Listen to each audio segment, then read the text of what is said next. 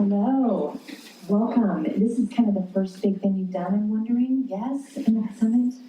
Well, welcome to YSC Summit. Is this your first year? Who's been here before? Who's first year? Oh, wow. Okay, so let's do that again. Put your hands back up. Look around this room, okay? Look around this room at everybody else who's walking through these doors thinking, I don't know what I'm getting myself into. And who these people are, or what I'm doing here, but welcome. And I'm glad you're in this room with me first. My name is Julie Larson, and I am a psychotherapist. I have a private practice now. My career began in an organization called Cancer Care. I don't know if any of you are familiar with Cancer Care, but that's where I started. And while I was there, I began to recognize that there were some differences in the patients that I was working with who were under the age of 40.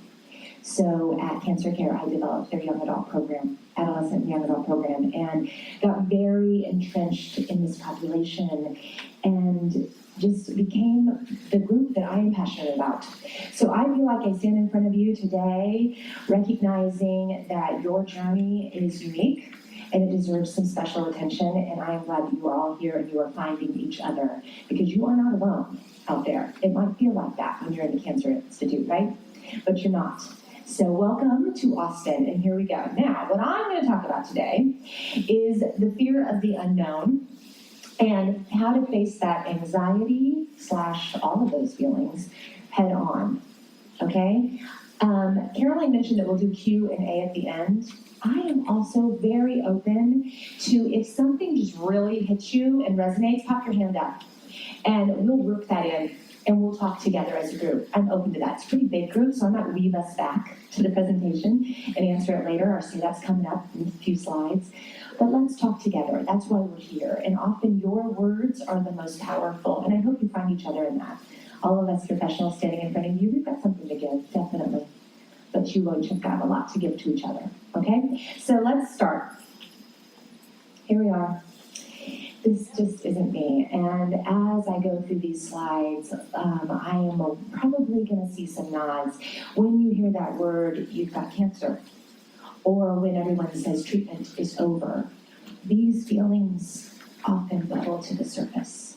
Fear, sadness, guilt, anger, emotional numbness. I'm just staring into space. I don't even know what's up or down or where I even go from here. What happened to my life? Uncertainty, worry, pressure, right? Oh, how do I take on and do this well, do this right? And that can feel really, really overwhelming. And what I know is that when I sit in my office with people, I watch shoulders go down and people almost sigh breath of relief when I say what you're feeling is totally understandable. And it may be completely abnormal for you, but it's completely normal for what you're going through. And it makes a lot of sense. So that doesn't change how uncomfortable it feels, but at least it acknowledges that what you're feeling makes sense, because I think a lot of people struggle with, oh goodness, I've had cancer and now I'm dealing with this and I am not doing this well. I think I'm going off the rails. Like, I am not my normal self. I am coping poorly. I don't know how to do this. And then that weight compounds the feeling. So we need to just eliminate that and say, what you're feeling makes sense. It's okay. And now what do we do with it? However, before I go there, I would be remiss if I didn't say that cancer is complex. And one of the reasons why it's complex is this slide.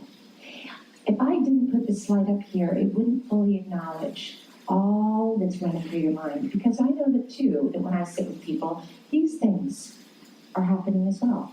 People are beginning to recognize their own strengths. How in the world are you doing this? I say that to people all the time when they're sitting in front of me. How did you get here? Something's gotten you right here in front of me. Something's gotten you here today. What's going on? Something is happening. Deepened relationships. Have you felt that?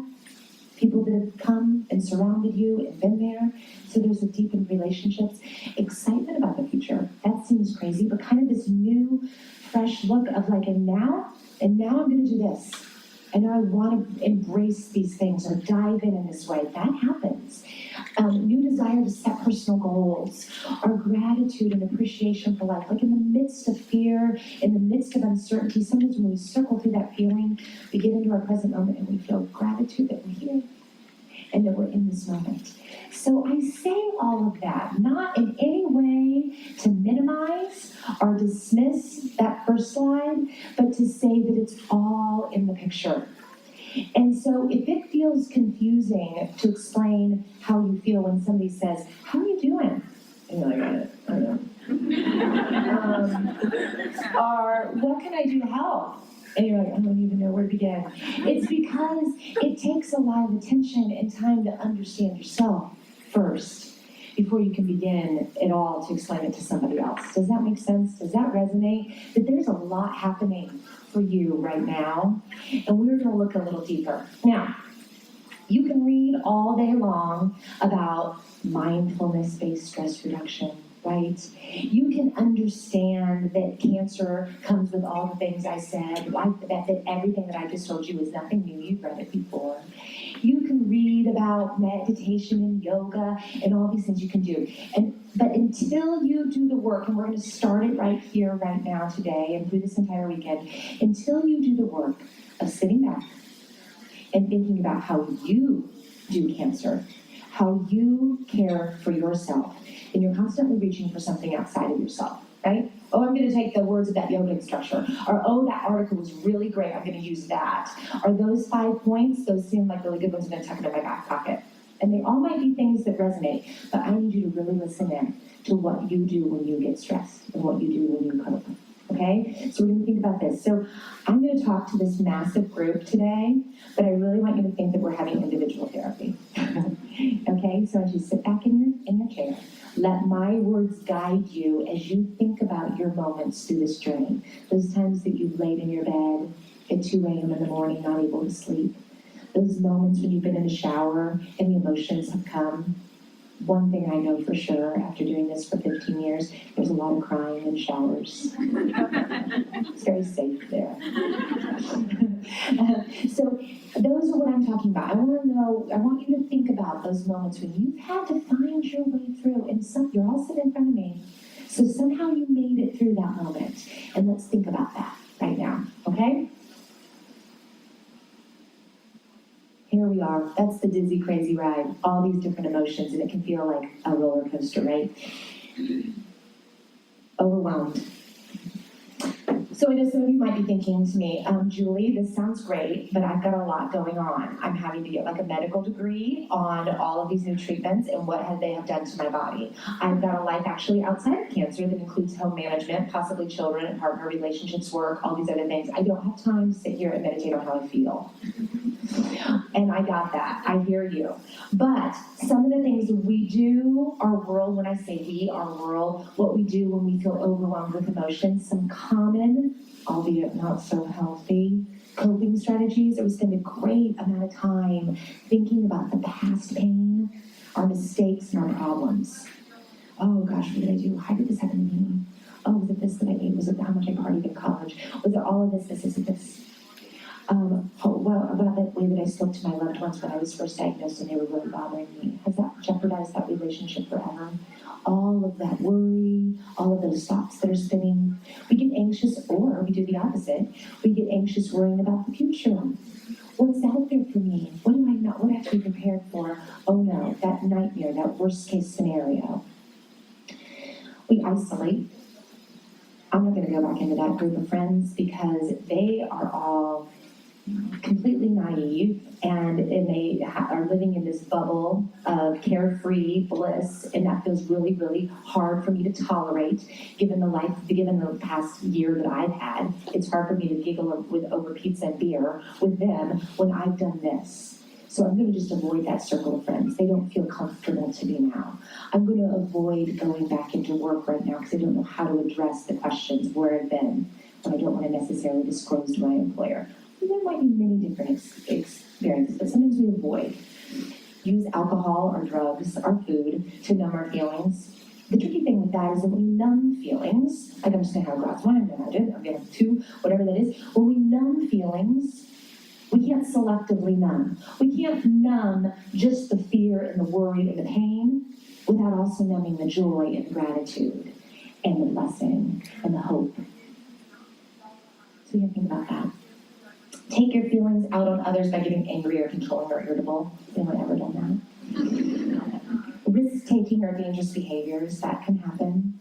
Avoidance or using food to punish or control yourself. You know what you do? That's why I need banana nut muffin. I'll feel better. Not always.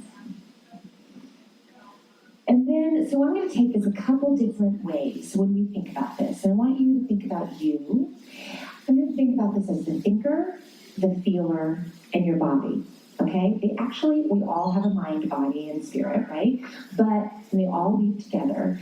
But what I've noticed in my office is that there are clients that I have who are definitely thinkers. Now, this is a moment where I want you to step back and let you kind of think about yourself. And my thinkers are sitting in front of me, and they're rationalizing and thinking, well, I think this. I think that if I just were to know what the medicine is that could help with XYZ. I think if I were just to talk to my doctor about this. I think if my sister did this. I think this. Think. And as a therapist, I say, this is probably no surprise, how does that make you feel? And they say, well, I think that this. Well, if you think this. So they're very here. Does that make sense? So a lot of spinning thoughts. So just, again, I'm asking you to kind of think who you are. You're a thinker or a feeler.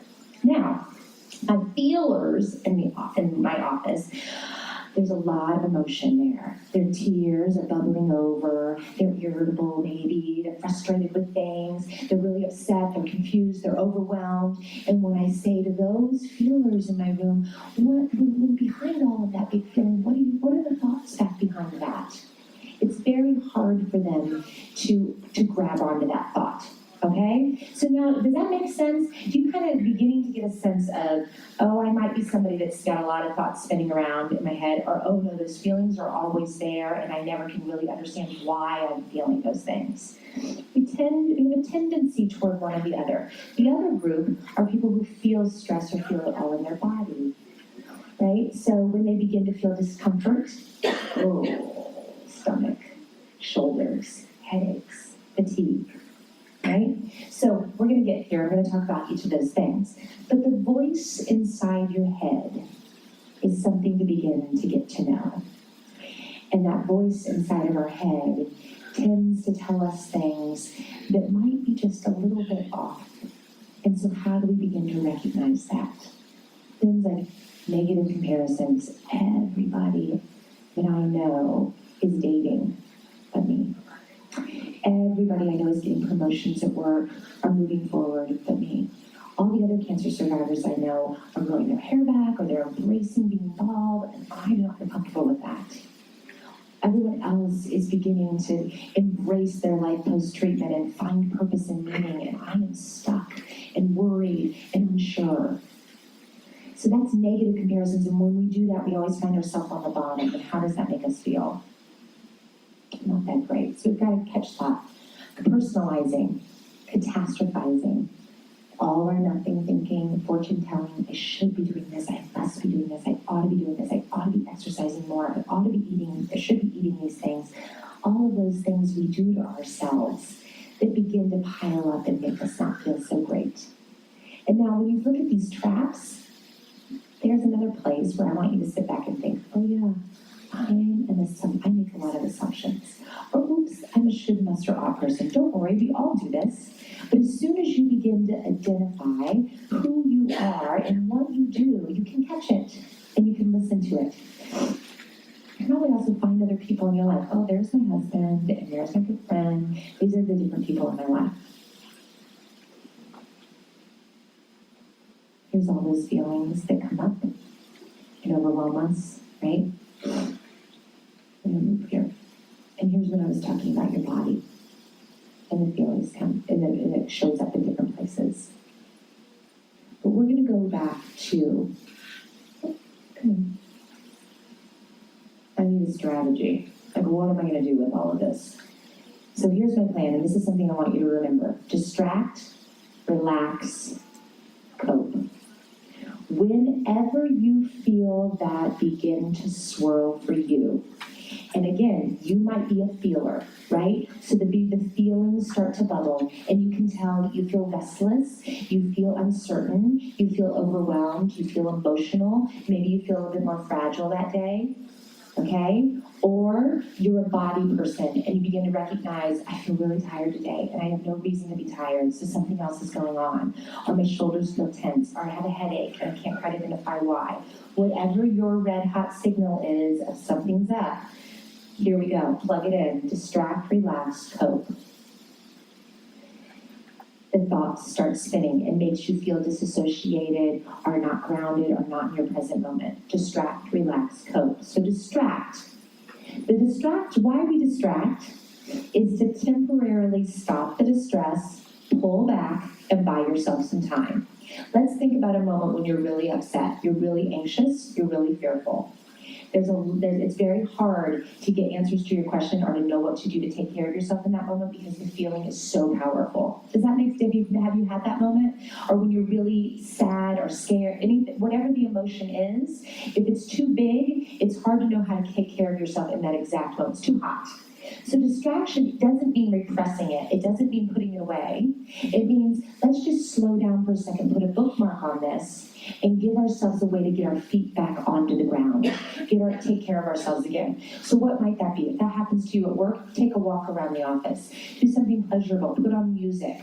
Take a quick call to a good friend or your mom or somebody that you can. Kind of wind that feeling. Turn the volume down on that feeling to give yourself a little bit of time. We're going to come back to it. We're going to circle back. We're just putting a bookmark there, but we're going to calm down first. Pay attention to something else. Sometimes that feeling is all up in our head, or the thoughts are all focused right here. How can we turn the flashlight? Think of your attention as a flashlight, and the flashlight is all on this worry.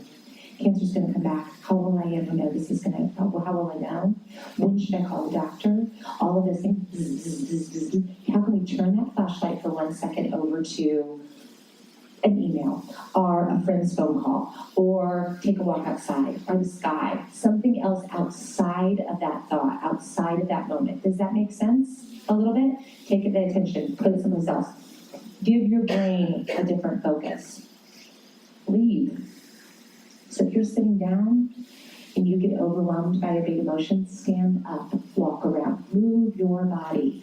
Our worry and our fear and our emotion can be very, very head heavy.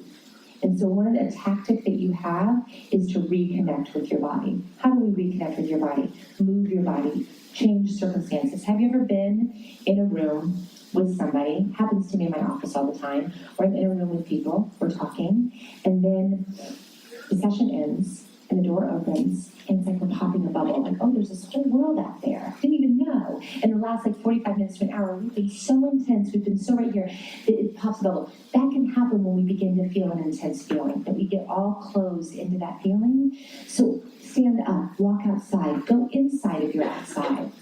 Just get reconnected to you right now, get grounded. Once that feeling has kind of reduced, the intensity of that feeling has reduced, then we're going to look for what we can do to take care of it. So these are the questions that I hear all the time in my office that drive fear.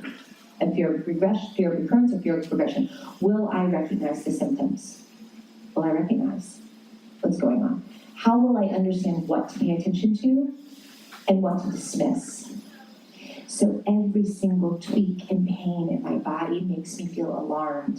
Every single change in my energy makes me question. How will I know what is just my daily living life and what is something that I need to call the doctor? Am I doing enough? Am I caring for myself enough? Am I finding ways to cope? Am I doing what I need to do? Versus, am I doing too much? Am I overdoing it? Can you just slow down? These are the things that worry people and that I find drive concern for me. Are there other ones out there? Yeah. I have a question about the distract. Yeah. A lot of times, culturally, we get the people at night. I get these feelings. So, what strategies would you At night. And I hear that a lot, that's right? So at night, our bodies get tired, and so do our brain. Our brain is also tired. So that's when all those thoughts kind of like, they're like unleashed. So, oh, you're not paying as close of attention to me, or you don't have all your reserves in place to keep me in my respect. So now, free for all. This is, in the dark of the night also feels a little scarier, right? It feels a little less tethered to the present moment. That, when I say, let's just visualize, let's go back to that. Think of your attention as a flashlight. If you're laying in bed, and the flashlight of your attention is on that thinking, right? First strategy, because maybe your body's physically tired and you don't feel like you want to get up. That's going to be my second strategy, foreshadowing. But first strategy, can you take that attention of your flashlight and move it to your body? Now, what do I mean by that? Literally, actually, like, think about what is the energy in my hands? You know, just laying there and you're like, okay, I'm going to do a body scan. I'm laying in my bed right now. I'm going to focus on the feeling of my hands. I'm going to focus on the temperature of this room. Can I feel it on my skin? Can I feel can I feel the sheets on my skin? So what you're doing is you're changing your focus from that spin to your body. Can I feel the weight of my body melting into this mattress?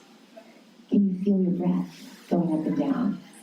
Can you tune into your heartbeat or your rise and fall of your diaphragm? Can you feel, that, can you feel that sense of your body, right? Now that might sound kind of woo-woo or hippy-dippy as I'm standing here in this conference room talking to you. But at 2 a.m. in the morning, in the dark of the night, when you're laying in your bed, I want you to grab onto that and remember this moment and do that scan and think of that attention as, okay, all of that attention is shining on that thought, and that thought is bothering me. I'm going to take that and I'm going to turn that attention to my hands and my feet. Maybe I'm going to touch my body, hug, put weight, just to ground yourself into something else. Okay, that may or may not work for you, right? Because sometimes those thoughts can be pretty powerful and they yank us away. So sometimes we get up, get out of bed, walk around. I'm going to say resist going to a screen like your phone or the TV, something like that. Walk around, move. Try to get yourself centered in your right now. The other thing is to, sometimes the worry, and I know we're getting back to the phone, but sometimes the worry that happens in the middle of the night starts with, what's happened to my life? Will my cancer come back? And then somehow moves into, and now I'm not sleeping, so tomorrow's gonna suck, and I'm really, really tired, and now I can't even fall asleep, and now it's been 30 minutes since I've been awake, an hour since I've been awake, an hour and a half, and now we're beating ourselves up about being awake, right? So does that happen? It's not. Okay, so what I say to people in that is, your body is still horizontal. So sometimes there's just acceptance of, like, I am awake, my brain is awake, my attention is awake, but my body is laying on this mattress, my body is resting, I'm not up working around, I'm not doing the dishes, I'm not at my job, I'm not attending to all the things on my to-do list, I am laying here. There is a restfulness to this. So in some ways, separating that too, and not beating yourself up about, I'm up. There is something still restful there, giving up that fight a little bit. Does that make sense? Sometimes when we give up that fight, we fall asleep. So that's something to think about. Good question. I love the questions. Keep the questions coming if things pop up for you. Okay? So these are back to these worries and these questions that come up in the fear of recurrence. Okay? I'm going to hit this from a couple different strategies. Remember, we talked about this going from your thinking to your feeling in your body. So right now we're going to stay in your head. These are questions. Questions are thoughts. So when you have these thoughts, taking action number 1. A lot of worry is an unanswered question. Let's think about that. When you feel worried, when you feel scared, if you dig deeper, what do you find? A lot of times we find a question mark underneath there, right? Something you don't know, something you need more information about. So can you list the questions that are behind that word. You can do this in the middle of the night. Sometimes it helps to get things out of our head and down on paper. So what are those questions? What's behind this? You might be able to get some real solid information to those questions, right? Learn the purpose of a follow-up appointment. You have no idea how many people are like, I have a follow-up appointment. What's going to happen there? I'm going to have a follow-up appointment. I don't know. Doctor looks at me, checks me. They have a parent never. That's good, but you can really learn even more. Why are you doing a follow-up appointment? What is happening there? What are they looking at? What is the doctor looking for in that scan? Is he just taking a picture of your body? What is he looking at? What does he want? What would he be looking for? Really get all of that information so that it doesn't just feel like an ambiguous visit. This is one of those moments where we do some of that unhealthy coping from the beginning and we avoid. I go to the doctor and I'd rather just know less is less about that. But sometimes when we know more, we feel more control, right? Have you learned that through this process? The more you understand, the more that you get, the more control we often have. When should I contact my medical team? That's a great question for your medical team. So if you haven't had that conversation yet, and I hope many of you already have, talk to them. When do I call you? Do you want me to call you all the time? And they might say yes. Right now, I do want you to call me so that I can begin to understand you, who you are, and what things make you worry. That helps them to understand who they are dealing with and what worries you and what upsets you and what your question marks are. It also helps them to better focus on where they need to educate you on these are the things that are understandable and normal, and these are the things that we want to look at more closely. It also helps them to possibly refer you to other people. So sometimes people call the doctor when they're having these anxieties and worries, and that's when they refer people to someone like me. And I have relationships with doctors, and this worry, this anxiety is driving a lot of these questions. Let's find some other ways of coping with it. Before you call the doctor again and again, you're doing that on your own. But the doctor then can put other people into your team and say, I recommend, you should call out this organization, get connected to a support group, speak with a therapist. They can help you come up with some coping strategies. So different things like that, okay? So who should I contact? When should I contact? Did my diagnosis or did my treatment put me at risk for future health problems, right? Have you talked about that? So those are other things that are question marks. So people can be, or the fear can be underneath that. Are there other things that I need to be thinking about with my body, my heart, my lungs? What about this chemo brain that I'm feeling? What are other things I need to be paying attention to? That can feel overwhelming. Your doctor can help you to narrow, to focus that list and feel more control. How will those things be monitored over time? Because you're young, you've got a lot of life to live. So how will those things be watched and monitored over time? What options do I have for long-term effects? So if things show up down the road, what do I do about that? What's out there for me? And those questions are things that you can talk to your doctor about, okay? So those are sometimes the questions that do have answers. And when you talk to your medical team, they can help you to understand and have a plan. Now, we're still in our head, finding information, taking action number 2, gathering evidence. So now we're gonna kind of be like little lawyers, right? So a lot of those fears and questions are about a lot of what if. What if this comes back? What if I begin to feel this? What if I do have a recurrence? You need to do the mental gymnastics of balancing what if with what is. What is right now? Right now, you do not have a recurrence. Right now, you're less, and you can do that with the test results from your most recent scan. I just had a scan this many months ago, and it showed this. And I remember, and I can hold on to that. It's like your anchor. Go back to that.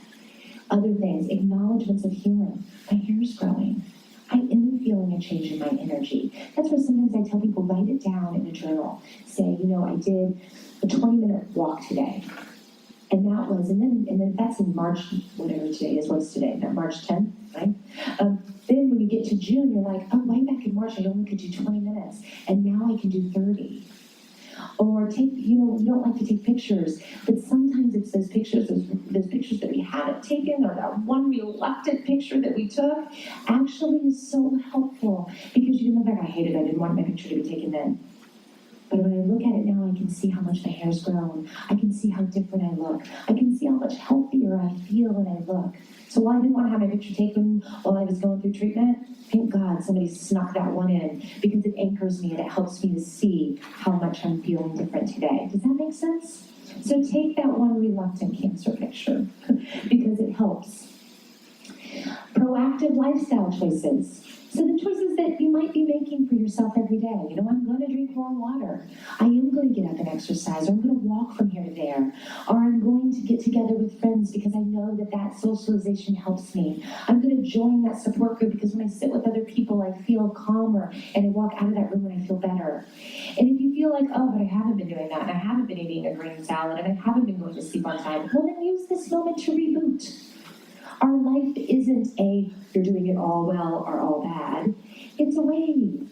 So sometimes we use these moments as like a reminder of, oh, I need to remember to get to bed at 10 o'clock because that does help me feel better. I need to remember to drink more water because not only does it make my body feel good, but it's something that I can hold on to that I'm choosing to do for me. Right? So think of those things. Those are ways that you can gather evidence that your body is healing and okay today. Now we're going to go back to those feelings, okay? So that was all in our head, right? That was all questions, finding answers, and challenging that. Now we're going to go back to the emotions. So hello, emotions. And what I say to people is name the feeling.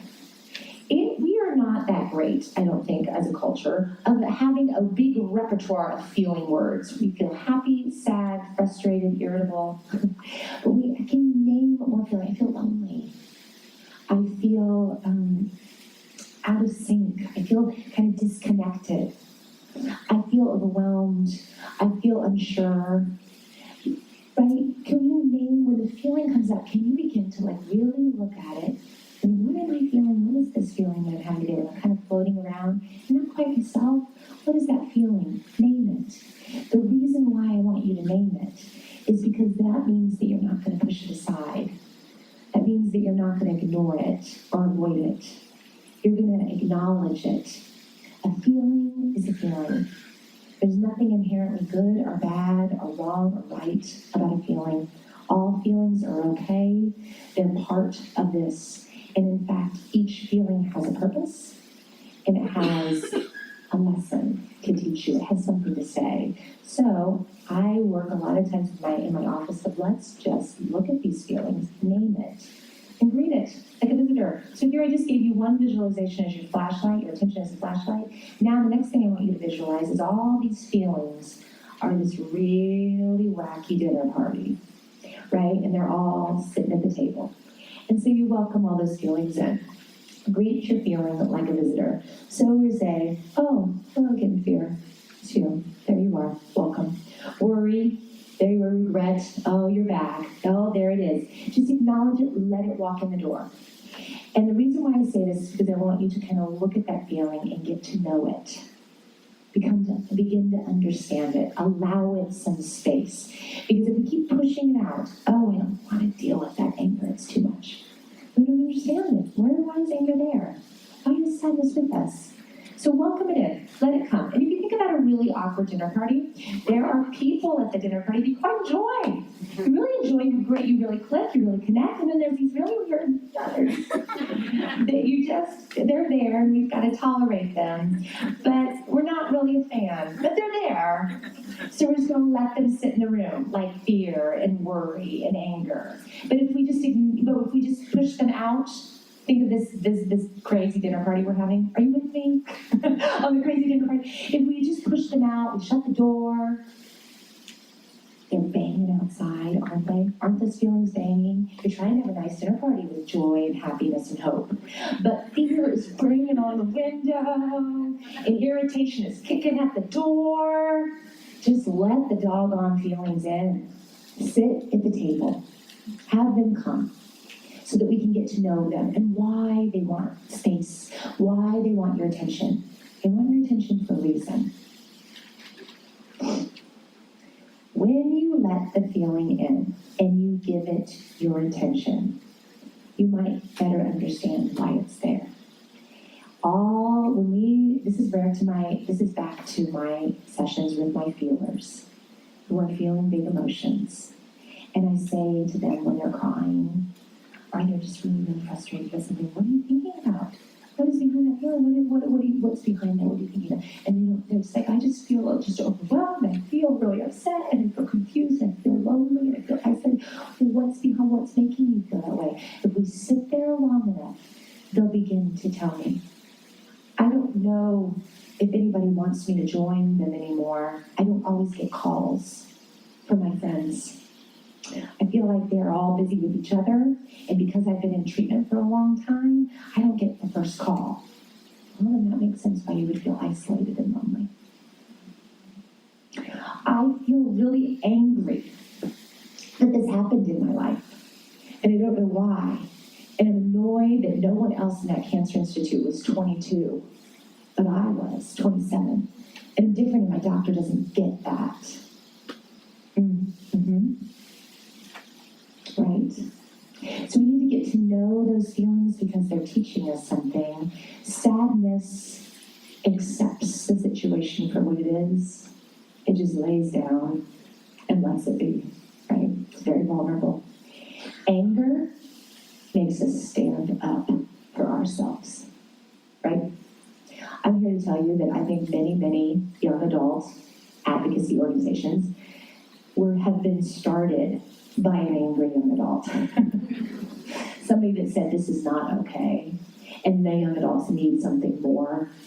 And they take that, and you can use that, and you can do something with your voice. You can use it. You can speak up to doctors. You can speak up to nurses. You can reach out for what you need, whether that's in the medical arena or whether that's in your life. And you say, it's not okay that everyone is just tossing their hat in the air and saying that this is done. It is not done, people. And you stand up for what you need.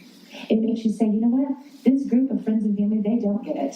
And I need to go to the summit. I need to surround myself with people who do. And maybe it was getting fed up in the moment of saying, I don't know who my people are. I'm going to go find them in Austin, Texas. They got you here. Right? So thank God for that moment when you felt irritated. Maybe, so we got to let that feeling in because it's going to drive us someplace. But if we keep pushing it out, leaving it outside, then we're not fully being honest about everything we need to know as we go through this. Our world, I'm going to do a little segue here. I feel like our world this day and age is kind of leaning into this whole new thing that learning has to be easy, right? That you have to get a course that you can do remotely, online, and in your spare time. Because we need people to learn things fast and learn things easy in order to learn. But easy learning doesn't stick. In your cancer experience, that's not easy learning. And it's these moments when you let that anger in, you let that sadness in, that it's teaching you, it's showing you something that you can use moving forward. What do you got to say? What happens when the feeling is like a sumo wrestler basically sitting on your chest and you can't access the thoughts, you can't access the reason behind it, it's just there. Like, that's happened to me. Sometimes I can distract myself, other times I'm just frozen and I don't know how to get out of it. Mm-hmm. It takes a while. The feeling freezes you. Yes. And then in that moment, there's no way of being able to tell what you're thinking behind it. Yes. Or even how to get yourself grounded. Yes, that's correct. Mm-hmm. That's when I say, I know you just said it, you try to distract. Yeah. Yeah. I've tried. Sometimes it helps, sometimes it's just sitting there. And Yeah. I'm like, okay, what am I going to do? Mm-hmm. It's just, I'm drowning in it. Mm-hmm. That feeling. So I'm going to say two things. Does anybody else feel that way? Have you had that feeling? Where the feeling is so big that I can't do anything with it. It's just sitting there like a sumo wrestler on my chest, as you said, which I like that. I also had a woman once at a conference say, the anger can be so big that I just want to knife something. And I was like, wow. Big feeling, that one. Let's not knife people. Fear. So big. So big. Yeah, so big. Mm-hmm. I get it. I've seen it. You're not the first one, the knifing people, that one, I've heard it. I'm going to go back to distract, though. Okay. I am going to go back to distract. And what I'm going to want you to think is that we gotta pair that feel. I mean, we're gonna link that feeling up in your brain with this moment. I don't know what you're gonna use. This ugly carpet, this picture of worry sitting in a chair. I want you like Pavlovian dog. I want you to pair that moment, when that moment happens, to this moment right here. Okay? And we're gonna link it together. And then we distract. What are we distracting? We're gonna turn that attention, flashlight, to something different. So if the feeling is sitting on your chest, that to me says that I can't even breathe. Deep breaths aren't gonna work. Deep breaths are not gonna work right now. I might not be able to get up and move. I'm frozen. So pay attention to your feet. Stomp your feet on the ground. Get your hands, hug your body. Okay. Shake your head. I want you to get into your body. Feel your pulse. Can you feel your heartbeat? You know, I read an article. I'm just going to segue and give you this little tidbit. I like little tidbits. They say there's 5 senses. You know, we learned that in like kindergarten. Actually, they say that now there's 8. We have 8 senses. We've got, cool, right? So you've got more things available to you. Because so when the sumo wrestler's on your chest, you can turn to your senses. If you're like, I got to get connected to my body, a lot of people tell me to breathe. Okay, but you can also use other senses. So right now, what do I see? I can look out a window. I can see the faces of other people. Here, what do I hear? I hear the projector. I hear rustling in the hall. What do you hear? What do you feel? Remember earlier I said, can you feel the temperature on your skin? Can you feel any movement in the air? Can you, if you pay close attention, can you feel what your fabric on your skin feels like? The weight of the seat that you're sitting on? Okay, so that's feel. We've done see, hear, feel, feel this touch, smell. What do we smell? I don't know, but maybe in the moment you smell something different. Tune into that and taste. What is your mouth? Is your mouth dry? Is your mouth hot? Is it, what do you, maybe got a crumb in your tooth? What do you taste? Can you turn your attention? Okay? Now the other 3 senses are, and think about this because you're going to feel them. Can you feel the inner workings of your body? So what I mean by that is, can you tune into your heartbeat? That's a pulse. Can you feel the movement of your body? If you can feel that when you're in an elevator, right? Those are different. And can you know where your body is in space? So, you know, we can close our eyes and put our fingers together. We know where our body is in space. Those are other senses. Use those to get connected. When you let the feeling in and you begin to get to know it, you begin to also get to know the thought waterfall that's behind it, what those thoughts are that are driving it from behind those. And eventually, what happens with all those people in it? When have you ever had a dinner party? Anybody had a dinner party? Eventually, what happens to visitors? They leave. So I want to talk back to that sumo wrestler and say the only thing we know for sure in life is that it keeps changing. Sometimes I say to people, you know what the best thing you can do with this crappy day? Go to bed. Because tomorrow you get a full glass. If you see the glass is half empty, if you see the glass is half full, you're missing the point. The glass is refillable. And tomorrow you get to start new and you feel different. So sometimes we have to just be like, you know what, today is not going to be my best day. I'm a little grumpy. I have those days. I warn my husband usually. You might want to warn people. I am not at my best today. Good of me to lay that out there. All right. But you know who you are. Sadness, anger, alliance. I'm going to move kind of quickly right now because we're getting close to our time. Sadness, anger, alliance. I feel, and I've watched in my practice, sadness and anger hold hands. Right? Let's take a moment and think about that. When I'm sitting with people who are sad, cry, teary, emotional, in some ways, I want them to find their anger. This is not okay. Because anger makes us get up and move. Anger makes us stand up and step forward into something that you want that's different. When people are angry, if we sit long enough with that anger and we're patient and we're quiet enough with it, underneath it's often great sadness and loss and hurt. Right? Those two feelings need each other. When you're feeling hot anger, I want you to sit for a second and tell me what I'm missing, or what's under there, or what's making me sad, because that needs some time. And if you're having a hard time and you're laying with sadness, your work is to find where this is not okay and get up and move forward. Give both feelings their time, and let both visitors in, but then the other one can help you through that one. Does that make sense a little bit? They need each other. You know what we mean. Okay, cool. Do you know what you need?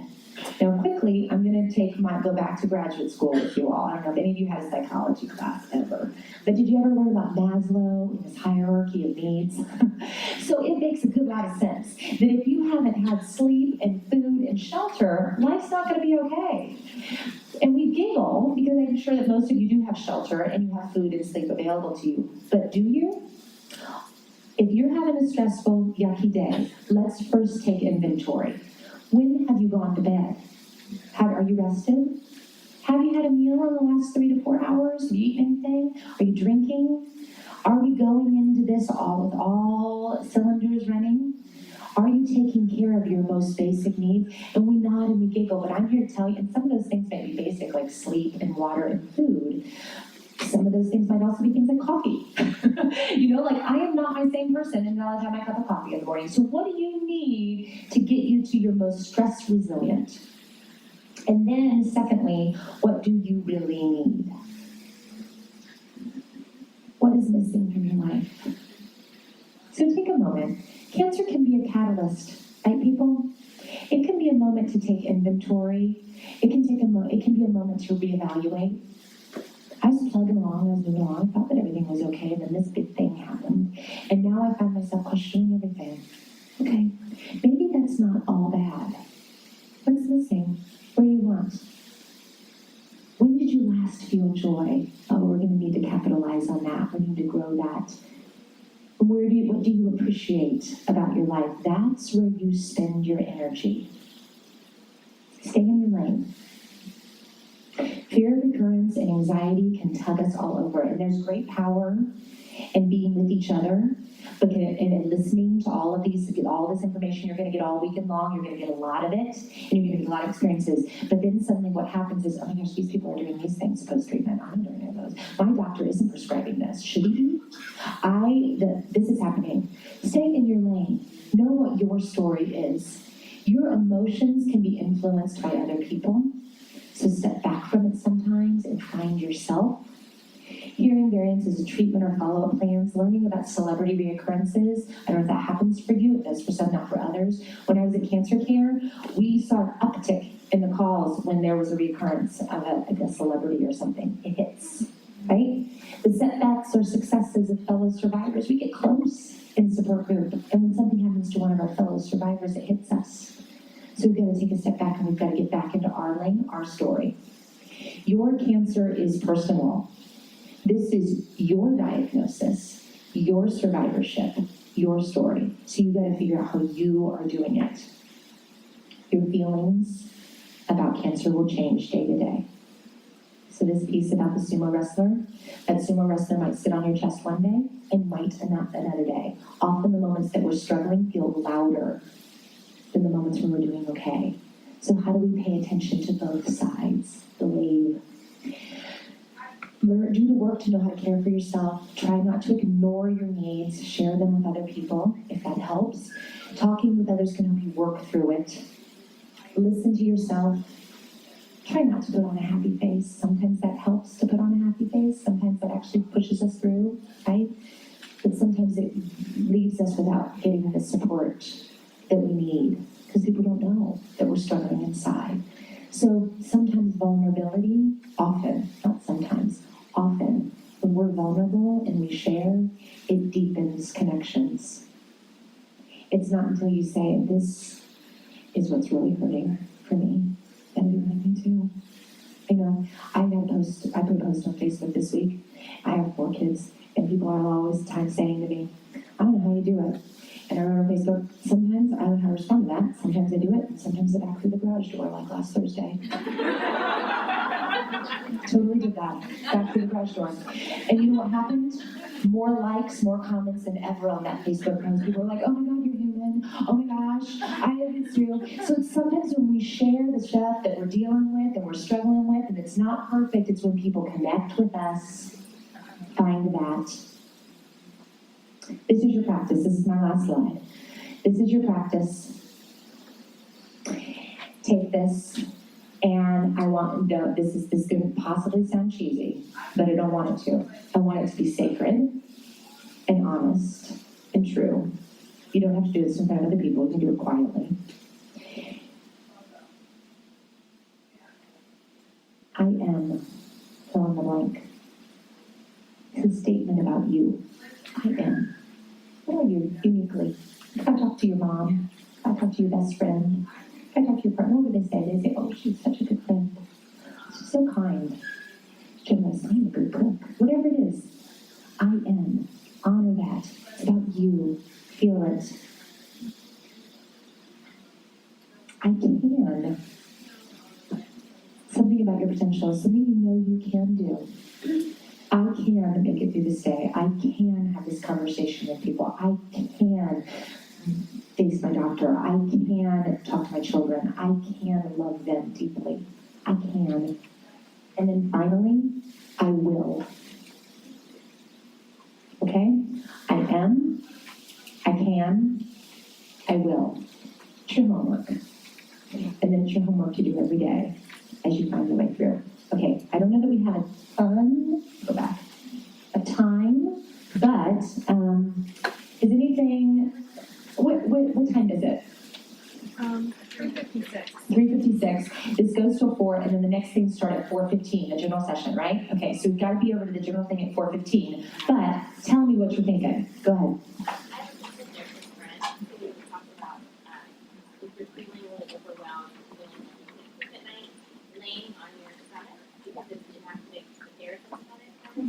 Yeah. Sometimes that helps just laying on your stomach and having the weight of your body on yourself will help. That's nice. Did you ever hear that? So what she was talking about is that if you're having a hard time sleeping at night, and I just talked about turning your attention to your body, doing different things. A tactic that a physical therapist friend of hers says is to lay on your stomach because you feel the weight of your body there in a different way. It engages your parasympathetic nervous system in a different way. Tactic to try. Yeah. So just a quick question. I was referred by my medical oncologist to see a social worker who specializes in oncology. So she only sees newly diagnosed cancer patients. Good. But she wasn't in network for me. Yeah. So, I mean, all of this is expensive, right? Mm-hmm. And what can we do? I would rather see someone who's in network, but it's hard to search by those credentials. How do we find someone who deals a lot with cancer patients or young cancer patients or newly diagnosed people? Is there a way to? Mm-hmm. So first, I will go ahead and so you're going to get different levels of support from different types of people. There's all different types of support out there. One type of support is peer-to-peer, right? So finding a support group and a group of other peers can be incredibly helpful, and people can share tips and tricks. Professional support. You can call places like Cancer Care that is free, and you can work in an ongoing way with an oncology therapist. You can also search, there's a search engine through Psychology Today, and you can find the specialty of oncology in there. And you can also filter with different insurances and your zip code, so you can look there.